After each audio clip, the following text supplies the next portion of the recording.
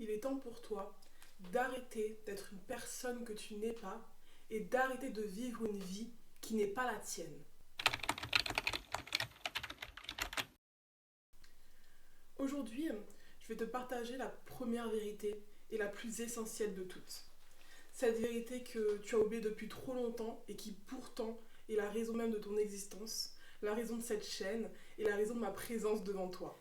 Cette vérité va te remettre sur le chemin de qui tu es vraiment et de la vie que tu es censé mener.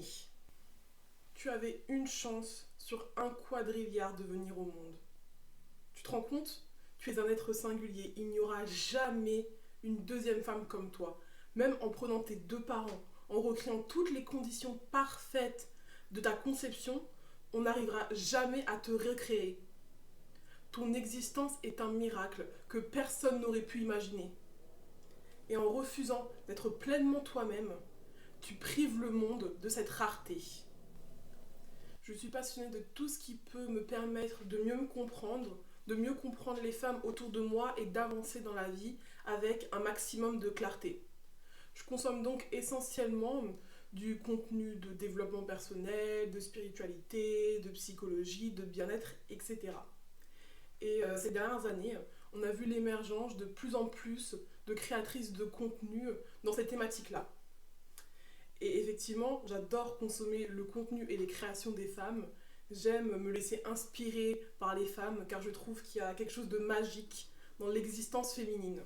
Et dans toutes ces femmes, il y en a certaines que j'apprécie tout particulièrement.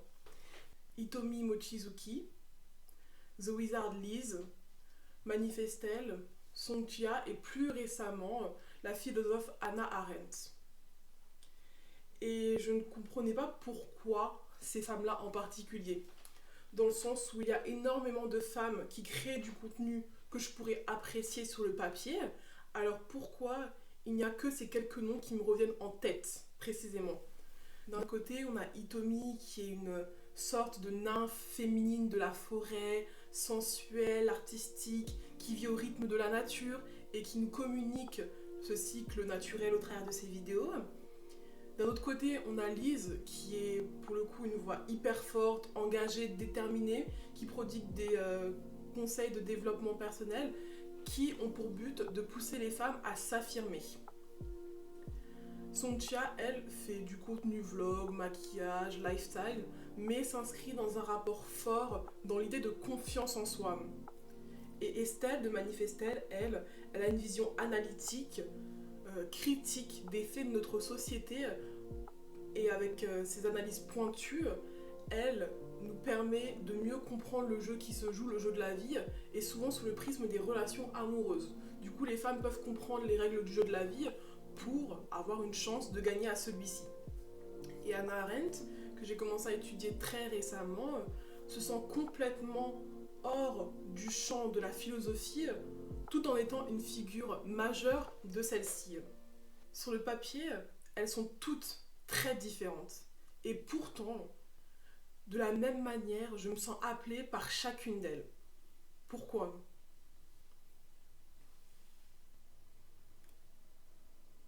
Je me suis rendu compte que ces femmes-là, que j'aime tout particulièrement, avaient quelque chose en commun. Elles ne cherchent pas à devenir la meilleure version d'elles-mêmes, ni à me pousser à l'être. Elles ne rentrent pas dans des standards de beauté, de l'influence, d'une certaine manière, ou dans les standards de la philosophie. Chacune d'elles ne ressemble à personne d'autre. Elles ne suivent pas les mouvements. Elles créent les mouvements par leur simple existence. Elles sont tellement elles-mêmes avec leurs qualités, leurs défauts, leurs polémiques, etc. et ne s'en cachent pas. Et c'est leur authenticité qui les rend aussi magnétiques et qui me fait automatiquement me sentir connectée à elles. Quand je regarde ces femmes-là, elles m'inspirent à être plus moi-même. Et c'est exactement ce que je fais inlassablement depuis des années sans arriver à mettre le mot dessus. Je ne cherche pas à suivre une énième mode sur les réseaux sociaux, d'être la meilleure version de moi-même, etc. J'essaye d'être la version la plus authentique, la plus vraie, pas parfaite de moi. Être juste moi. Je cherche à me réaliser tel que je suis. Et une phrase qui résume tout ce sentiment m'est venue en tête. Be your own muse. Sois ta propre muse. Fais de ton existence une source de lumière et d'inspiration pour les autres en étant simplement toi-même. Cherche à t'éblouir, à être une femme authentique qui vit dans sa vérité et qui finit par ricocher, par inspirer les autres femmes. Ces femmes, elles inspirent sans le vouloir. Et je pense que c'est ça qui les rend d'autant plus inspirantes. C'est le fait qu'elles soient juste elles-mêmes. Elles sont leur propre muse. Be your own muse. Et c'est ça le message que je veux te partager. Et c'est ça le message général de ma chaîne. Fais de cette vie ton chef-d'œuvre personnel qui ne correspond qu'à toi.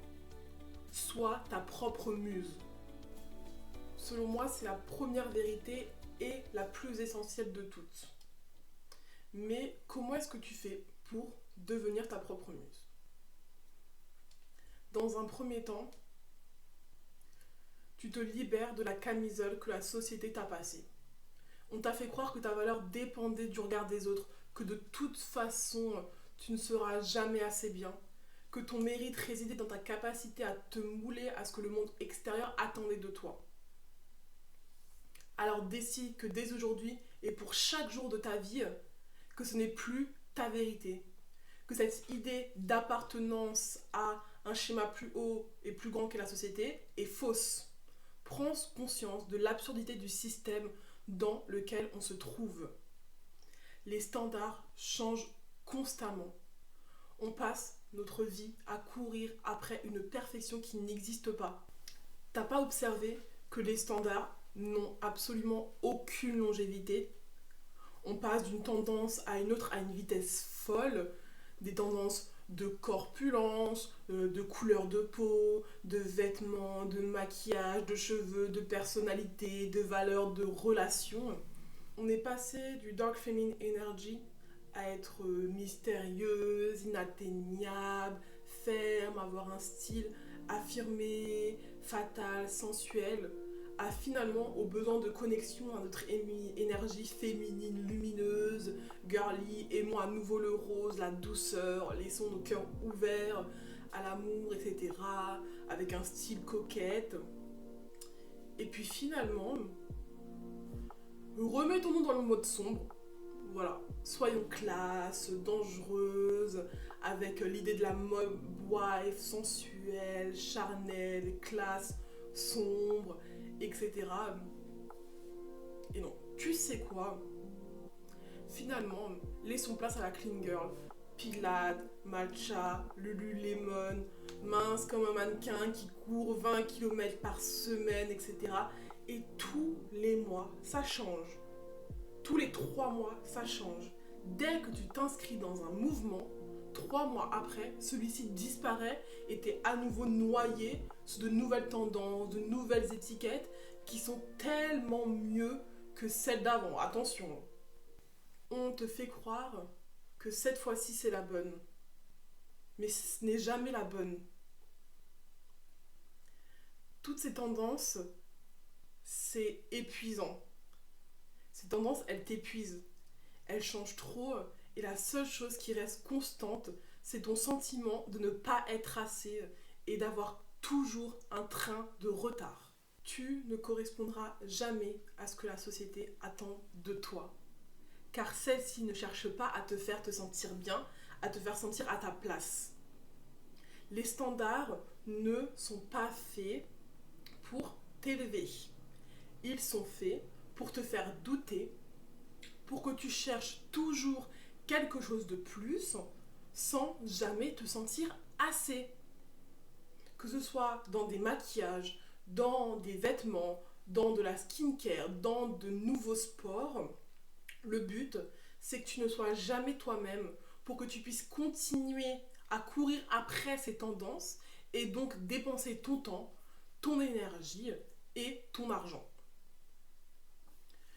Et le jour où tu comprends ce piège, là tu deviens libre. Le jour où tu te rends compte que tu n'as besoin de rien de ce que la société t'impose, là tu reprends ton pouvoir. Quand tu comprends qu'il n'y a que toi, être individuel, qui compte, tu redeviens tellement puissante. Ni la société, ni les hommes, ni les réseaux sociaux n'ont plus aucun contrôle sur toi. Et c'est ça la base pour devenir sa propre muse. C'est la première chose sur laquelle je veux que toi et moi, on se mette d'accord. Fais de cette vie ton chef-d'œuvre personnel qui ne correspond qu'à toi. Sois ta propre muse. C'est l'une des vérités à laquelle je crois et c'est, selon moi, la plus importante de ma vie. Ta vie est régie par des vérités. Un système de croyance de ce que tu considères comme vrai, comme faux. Tu es codé comme un ordinateur. Tu es codé par ton éducation, par tes apprentissages, par tes expériences, par la société en général, etc. Sauf que ton programme est corrompu par des virus ou par des lignes de code qui desservent ton système. Comme je dois me conformer à ce qu'on attend de moi pour être heureuse, ou c'est mal d'être différent. Je dois faire ce qu'on me dit pour que les choses fonctionnent. Et sur cette chaîne, je veux t'ouvrir les yeux sur ces virus, sur ces lignes de code inutiles et pénalisantes pour te permettre de recoder un système qui a ton image. Pour te permettre de te créer un système de croyance qui te permet d'être enfin qui tu es vraiment et de donc vivre une vie qui te correspond réellement. Tu es trop spécial, trop exceptionnel pour laisser la société décider des vérités qui te dirigent et de ta réalité. Alors la question c'est comment est-ce que je vais te permettre de faire ça ? Je vais venir te partager mes vérités pour te réaliser, des vérités qui me sont propres, qui n'appartiennent qu'à moi, pour que tu puisses sur la base de celles-ci construire ton propre système de vérité à toi. Pour devenir ta muse, construire ton propre système, il n'y a rien de mieux selon moi et de plus inspirant et de plus efficace que de t'inspirer de femmes qui sont leurs propres muses. J'en suis une, et toutes les femmes que je t'ai présentées plus haut, Liv, Hitomi, Estelle, Hannah Arendt et Songjia, le sont également. Alors, vis ta vérité, construis ta vérité au travers de la nôtre. Laisse l'authenticité des autres femmes t'inspirer et te guider vers ta propre vérité, ta propre réalité. Et réciproquement, laisse les femmes autour de toi suivre leur vérité à travers toi et ton authenticité. Sois toi-même et inspire ensuite les autres femmes à en faire de même. Alors, aujourd'hui, je veux que tu décides. Je veux que tu décides que personne d'autre que toi ne te définira. Je veux que tu décides aujourd'hui d'enfin te choisir. Je veux que tu décides aujourd'hui de prendre position pour toi, pour tes rêves, pour qui tu as envie de devenir et pour la vie que tu as envie de mener. Alors si tu es prête à enfin redevenir toi-même, si tu es prête à enfin vivre ta vie, je t'invite à me rejoindre ici.